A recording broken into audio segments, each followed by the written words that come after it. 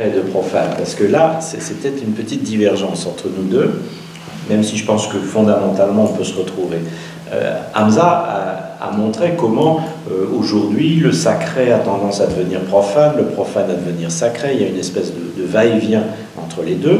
Moi je me suis situé sur un tout autre plan. Ma conviction c'est que avec le christianisme, la distinction entre sacré et profane n'a plus aucun sens. C'est une distinction à mes yeux complètement païenne. Ce qui me frappe dans le christianisme, c'est justement l'irruption de Dieu dans l'histoire des hommes, ce que j'ai appelé la communication. Dieu se communique, se fait connaître, se donne. Et du coup, est-ce qu'il y a encore une différence entre le sacré et le profane? Ça ne veut plus rien dire. La seule chose qui m'importe, c'est le Dieu saint. Qu'est-ce que je suis par rapport au Dieu saint? Est-ce que je suis simplement un immonde pécheur qui ne pourra jamais rejoindre la sainteté de Dieu? Ou est-ce que je peux espérer que Dieu peut me communiquer sa sainteté et me sanctifier, faire de moi un saint? Voilà, c'est là-dessus que c'est à ce point-là que je me situe. Et ça, à mes yeux, je pense que c'est quelque chose qui est tout à fait essentiel dans le christianisme. Avec le terme dans le christianisme de consacré. Il y a des vieux vocabulaires païens qui ont la vie dure. On continue à parler de profanation, de consécration, de choses comme ça. Ça, c'est le vieux vocabulaire qui a la vie dure. Mais fondamentalement, il me semble qu'on a affaire à autre chose, qui est la question de la sanctification. Qui va plus loin, effectivement. Est-ce qu'on ramasse les... Ah ben, c'est très bien.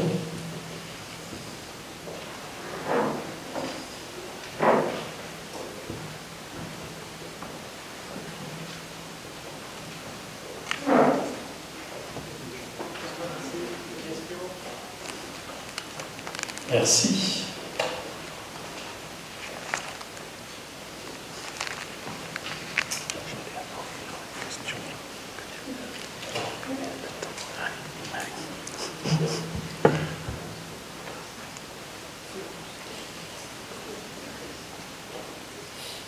On va les ramener au bureau, on va les lire avec Abdelaziz. Oui, volontiers, bien sûr. Il faudrait organiser ça.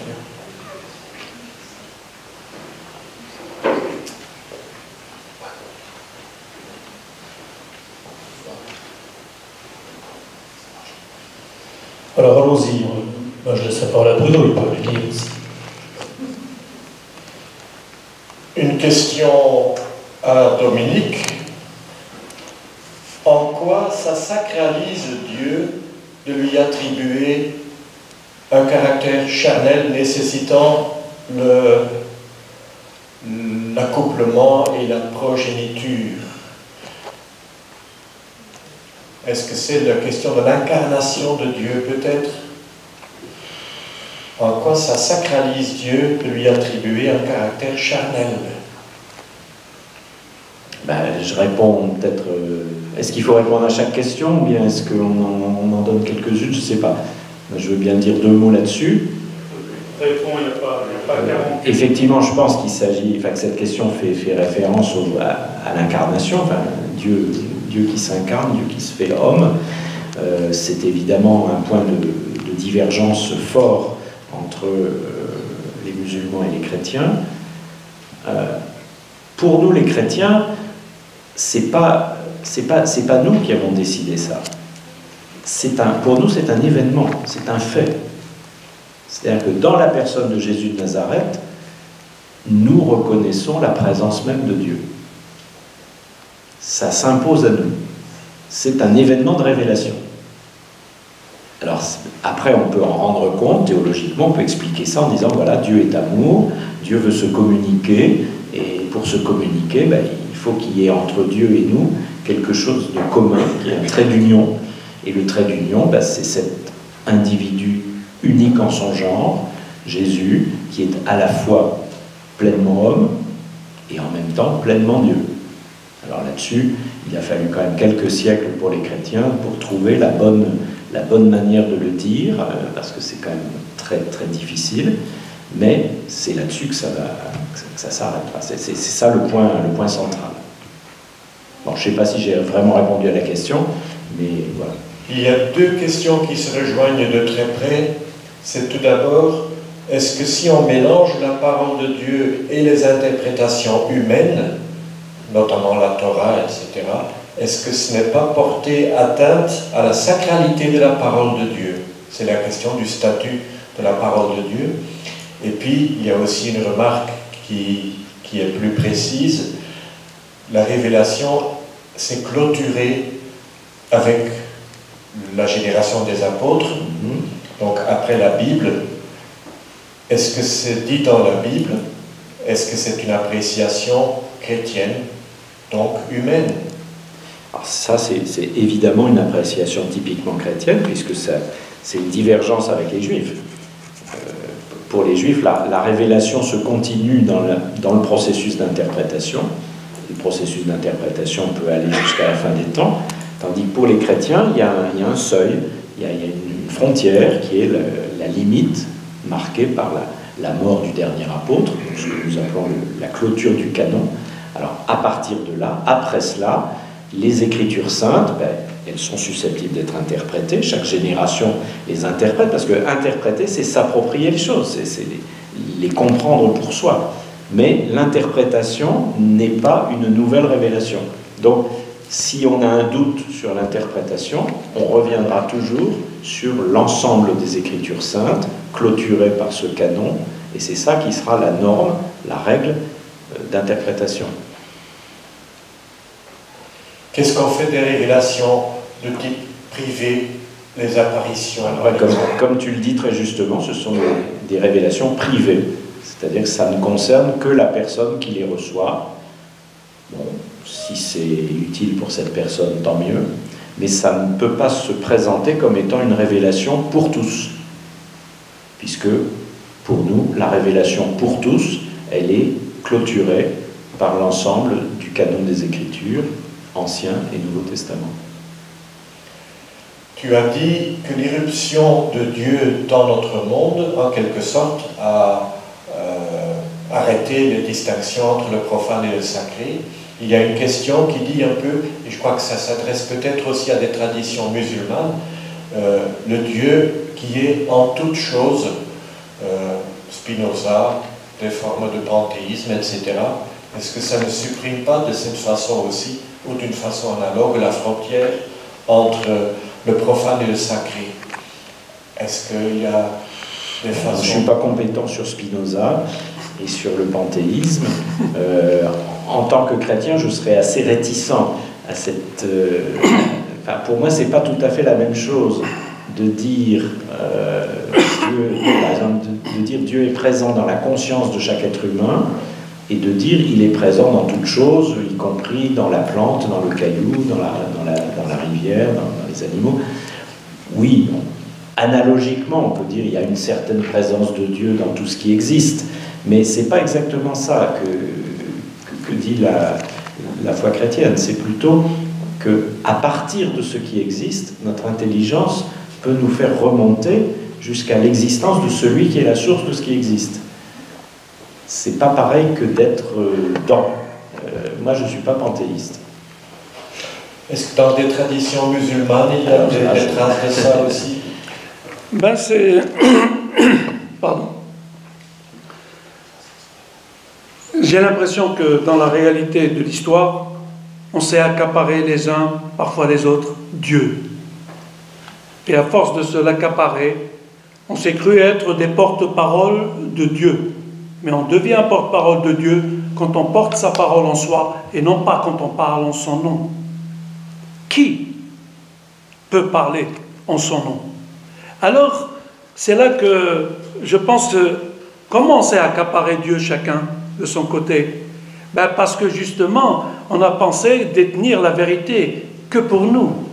Nous aussi, on a ce système-là, toutes les religions-là. Par contre, et ça c'est ma façon de voir les choses, l'homme, toutes les religions, dans leur succession, sont un processus d'humanisation. Elles ont tout contribué à ce que l'homme reste humain. Alors pourquoi? Dans la tradition musulmane, quand on parle d'Abraham, Khalilullah, l'ami de Dieu, je répète souvent cette phrase-là parce qu'elle m'est très très chère. Il est l'ami de Dieu qui dit amitié, dit confiance. Donc, le premier pilier pour que je puisse prétendre être humain, c'est que je sois un être de confiance et qui sait faire confiance. Que ce soit entre les sacrés ou que ce soit entre les sacrés et le profane. La question, c'est où suis-je dans mon humanité? Parce que Dieu, il est ce qu'il est. Les choses sacrées sont ce qu'on sait. Elles ne bougent pas, elles. C'est comme, par exemple, dans la tradition musulmane, on va se battre. Est-ce que Abraham a tué, Dieu a voulu qu'il tue son fils? Lequel? Abraham ou Ismaël? Alors que les deux sont sacrés, les deux personnages. Mais pourquoi tu te casses la tête? Est-ce que c'est Isaac ou est-ce que c'est Ismaël? Qu'est-ce que ça t'apporte? Ça, c'est le malin dont on parlait tout à l'heure. Il veut me placer toujours au-dessus de mes égaux. Alors donc, la confiance. Après, il y a eu Moïse. Moïse, dans la tradition musulmane, Kalimullah, celui qui a parlé à Dieu, le locuteur de Dieu. Aujourd'hui, on dira, celui qui ne sait pas communiquer aujourd'hui, il lui manque un pilier de son humanité quand même. Qu'il soit dans le sacré ou qu'il soit dans le profane. Et il y a eu Jésus. Jésus pour nous, c'est l'Esprit de Dieu. Il est le miracle né par miracle. Et d'ailleurs, pourquoi Jésus est né sans père, au sens où nous le comprenons, au sens de charnel comme vous parlez, sans faire je ne rentre pas dans les considérations de mes amis, elles restent pour moi sacrées. Parce que quand je dis que tu es mon ami, ce que tu penses être sacré, il est sacré pour moi. C'est ça le respect. Et donc, Jésus, l'Esprit de Dieu, qu'est-ce qu'il nous a appris? Il nous a appris à nous remettre en question et à être de son temps. Et enfin, Mohammed, pour nous, sallallahu alayhi wa sallam, qu'est-ce qu'il a dit? Il faut aimer pour les autres ce que tu aimes pour toi. Maintenant, prenez tout ça. Vous sortez maintenant, vous rencontrez une personne qui vous fait confiance et en qui vous avez confiance. Ensuite, avec qui vous pouvez communiquer le plus aisément possible. Et enfin, qui sait se remettre en question et en même temps s'adapter à son temps. Hein? Qui aime pour vous ce qui aime pour elle. Vous ne trouvez pas que son humanité est complète? Et bien voilà. Moi, c'est des gens comme ça que je veux rencontrer. Au-delà de ma conception du sacré. Au-delà de ma conception du profane. Donc le piège, il est là. Et je ne sais pas si le problème, c'est le temps ici. Hein. Je rappelle ça qu'une question adressée à Dominique pourrait aussi être adressée à Hamza, notamment le caractère sacré de la parole de Dieu, le statut de la parole de Dieu. Est-ce que Hamza, vous pourriez éventuellement nous éclairer aussi? Ben, c'est-à-dire, nous, en tant que musulmans, quand on lit le Coran, d'ailleurs devant quelqu'un qui est mourant, la parole de l'homme est incapable de répondre à un instant aussi profond, difficile. Nous ne faisons rien, nous ne parlons pas. Nous prenons le Coran et nous lisons. Nous laissons Dieu parler. C'est beaucoup. Alors, pourquoi? Ben, c'est un survol. Vous êtes en train de survoler, justement, l'histoire de l'humanité, l'histoire de l'univers, ce qui nous attend en termes de récompense, en termes de ceci, en termes de cela, de pardon, de repentir. Ce sont des choses... Attention, la culture du pardon, c'est quelque chose de fondamental. Comment peut-on prétendre parler la vérité si on ne sait pas pardonner l'erreur? Il faut pardonner aux gens leurs erreurs. Et après, tu pourras dire, tu sais, la vérité, c'est ça. Et on revient au comportement. Sinon, c'est la pagaille. Et comme moi, j'ai vu des gens qui n'ont jamais fait ni d'études. Hier, il était profane. Le lendemain, il a mis une djellaba et un truc. Il est devenu sacré, saint. Ah ouais, l'habit ne fait pas le moi. Le moi n'y est pour rien. Et voilà, vous voyez, donc, moi, je pense qu'il faut faire très attention au malin dont je vous ai parlé. Il y est pour beaucoup de choses entre nous. Voilà, c'est tout ce que j'avais dit. Je ne sais pas si... Donc, c'est cette parole qui apaise, la parole de Dieu. Je reprends des questions qui ont été adressées aussi à Hamza. Hamza a évoqué un problème quand, dans l'intimité, si je comprends bien, il existe des intermédiaires. De quel intermédiaire parlait-on? Oui. quel est ce problème? Ben, les intermédiaires, c'est tout l'intérêt de dire à nos jeunes d'apprendre à accéder à la parole de Dieu. Ils ont un esprit quand même. Ils peuvent aussi apprendre. Mais s'ils passent par des intermédiaires, on ne sait pas ce que c'est, les interfaces là. Ben, ça dépend sur qui ils tombent. Hein. Et c'est pour ça, aujourd'hui, quand vous donnez votre enfant à une babysitter, etc., ben, il faut bien la connaître quand même. Je ne vais pas donner, moi, mon enfant comme ça à n'importe qui, pour soi-disant lui inculquer la parole de Dieu, etc. Et bien donc, il y a tout un travail, et on revient au processus, là, si j'ai une personne en qui j'ai confiance. Et plus il y a d'intermédiaires entre moi et Dieu, et plus il y aura de la casse. Voilà. Et le processus des religions elles-mêmes, c'est que Dieu est devenu accessible à tout le monde. Tout le monde peut être un apôtre de Dieu. Bien sûr, il faut qu'il le veuille. Une question très fondamentale qui vient d'arriver. Le grand danger pour toute religion n'est-il pas la sacralisation des réalités humaines, et notamment la politique? Et le meilleur antidote n'est-il pas justement la sainteté? Tout à fait. Tout à fait. De ce point de vue-là, à mon avis, le christianisme est parfaitement dans la ligne du judaïsme, c'est-à-dire qu'il s'agit d'abord de dénoncer les idoles, les faux dieux, les fausses, les idoles, les constructions humaines auxquelles on attribue telle ou telle caractéristique divine. Et là, on est inévitablement sur une mauvaise pente. Alors, de ce point de vue-là, la centralité de la parole de Dieu, le caractère absolu de la sainteté de Dieu nous oblige à pourchasser les idoles, à les démasquer, y compris dans le domaine de la politique, parce que ça, c'est quand même un des gros problèmes du XXe siècle et probablement encore du XXIe siècle, c'est l'idolâtrie de la politique. La politique, c'est une très belle chose, mais quand elle prétend s'ériger en vérité suprême, ça peut amener des catastrophes. On l'a vu au siècle dernier et on le voit encore aujourd'hui. Là, ça rejoint peut-être une des questions qui est sous-jacente à nos échanges, hein, c'est l'affrontement entre la loi de Dieu et la loi des hommes. Et une question portait justement sur des contradictions possibles entre la loi naturelle et la loi révélée. C'est une question qui revient ici, effectivement. Je ne la reprends pas parce qu'elle est un peu longue, mais ça dit bien ça. Autrement dit, peut-il y avoir dans la religion révélée une contradiction avec la morale universelle de manière fondamentale? Alors, d'un point de vue chrétien, je pense pouvoir dire qu'il n'y a pas de contradiction inévitable. Il peut surgir des moments où il va y avoir une divergence entre ce que la raison humaine propose comme une loi pour vivre ensemble, par exemple, et puis ce que la révélation d'un autre côté fait découvrir.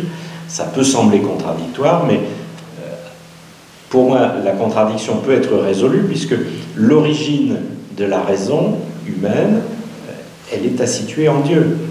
Donc ce qui se passe quand il y a une contradiction apparente, c'est tout simplement que la raison humaine, c'est peut-être un petit peu fourvoyé, qu'on n'est pas dans un schéma de droite raison. On est dans le schéma d'une raison pas suffisamment éclairée ou pas suffisamment raisonnable.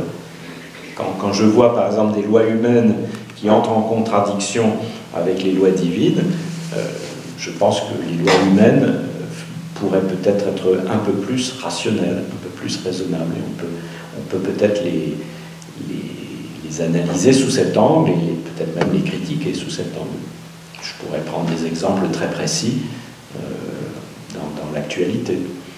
Si vous avez par exemple une loi politique, une loi législative, qui d'un côté affirme que les enfants doivent être protégés, respectés, défendus, ce qui me paraît tout à fait légitime et juste, mais qui en même temps autorise la décision de ne pas laisser vivre des enfants à naître, ben, est-ce qu'il n'y a pas une petite contradiction, une grosse contradiction, entre d'un côté affirmer que les enfants sont infiniment respectables et d'un autre côté, dans certains cas, disposer de leur existence. Je me dis qu'une loi politique qui accepte ce genre de contradiction n'est pas entièrement rationnelle. Qu'il y a quelque chose qui n'est pas tout à fait raisonnable dans ce type de législation. Voilà, c'est un exemple, je pourrais en prendre d'autres. Il y a dans l'Assemblée une question qui apparemment se met un peu d'accord, parce que la question c'est: est-ce que la logique scientifique énoncée ne donne pas réponse à notre conférence? Est-ce que apparemment la raison ne permet pas de répondre? Je crois que Hamza a quelque chose à dire là-dessus. Ben, être scientifique, c'est ce qu'on fait avec nos élèves quand on fait un TP, travaux pratiques. Dans un TP, vous donnez du matériel, ils doivent observer un phénomène. Observer, il faut prendre le temps d'observer les phénomènes. Ensuite, ils doivent mesurer. Mesurer. Il n'y a que ça qui compte. Une fois qu'ils ont mesuré, ils essaient d'exploiter leurs mesures, essayer de tirer une loi. Une loi. Parce qu'il y a derrière chaque phénomène comme ça qui paraît un peu aléatoire, des lois. Et heureusement qu'il y a des lois, sinon on n'aurait jamais progressé. Parce que ça veut dire qu'elles n'ont pas bougé dans le temps. Et donc on peut les travailler.